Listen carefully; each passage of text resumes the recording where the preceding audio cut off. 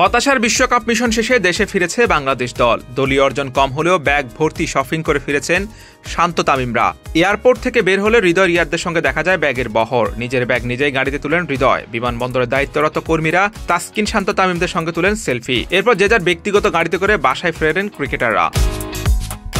শুক্রবার সকাল ৯টায় হযরত শাহজালাল আন্তর্জাতিক বিমানবন্দরে পা রাখেন ক্রিকেটাররা। অ্যান্টিগা থেকে যুক্তরাষ্ট্রের মায়ামি ও দুবাই হয়ে ঢাকায় এসেছে তারা।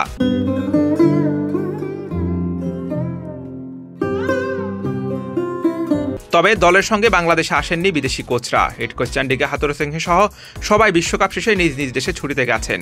সাকিব আল হাসান ঢাকায় এসেছেন একদিন আগেই। লিটন কুমার দাস ও সৌম্য সরকার দেশে ফিরবেন একদিন পর।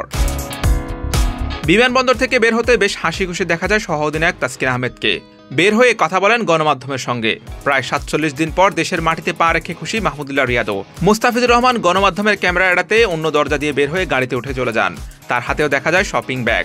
প্রচুর পরিমাণে শপিং করেছেন তাওহিদ হৃদয়। গাড়িতে সব ব্যাগ তুলে নিজেই ড্রাইভ করে বিমানবন্দর ছাড়েন তিনি। লাগেজ ও অন্যান্য ব্যাগের বাইরেও ক্যাপ্টেন নাজমুল হাসান শান্তর হাতে দেখা যায় শপিং ব্যাগ। গাড়িতে ওঠার আগে ভক্তদের সঙ্গে সেলফিও তুলেন তিনি। হৃদয়কে বিদায় দিতে গেলে তাসকিনকে দেখে ঘিরে ধরেন ভক্তরা। সবার সঙ্গে হাসি মুখে সেলফি তুলেন এই স্পিড স্টার। মাঠের পারফরমেন্স বিবর্ণ হলেও চোখ ধাঁধানো শপিং করেছেন ওপেনার তামিম। তার সঙ্গে লাগেজ প্যাডটার বহর দেখে সেটাই বোঝা যাচ্ছে। দেশে ফিরে সপ্তাহ দুয়েকের ছুটি পাচ্ছেন ক্রিকেটাররা। ছুটি শেষে চলমান টাইগার্স ক্যাম্পে যোগ দেওয়ার কথা রয়েছে তাদের।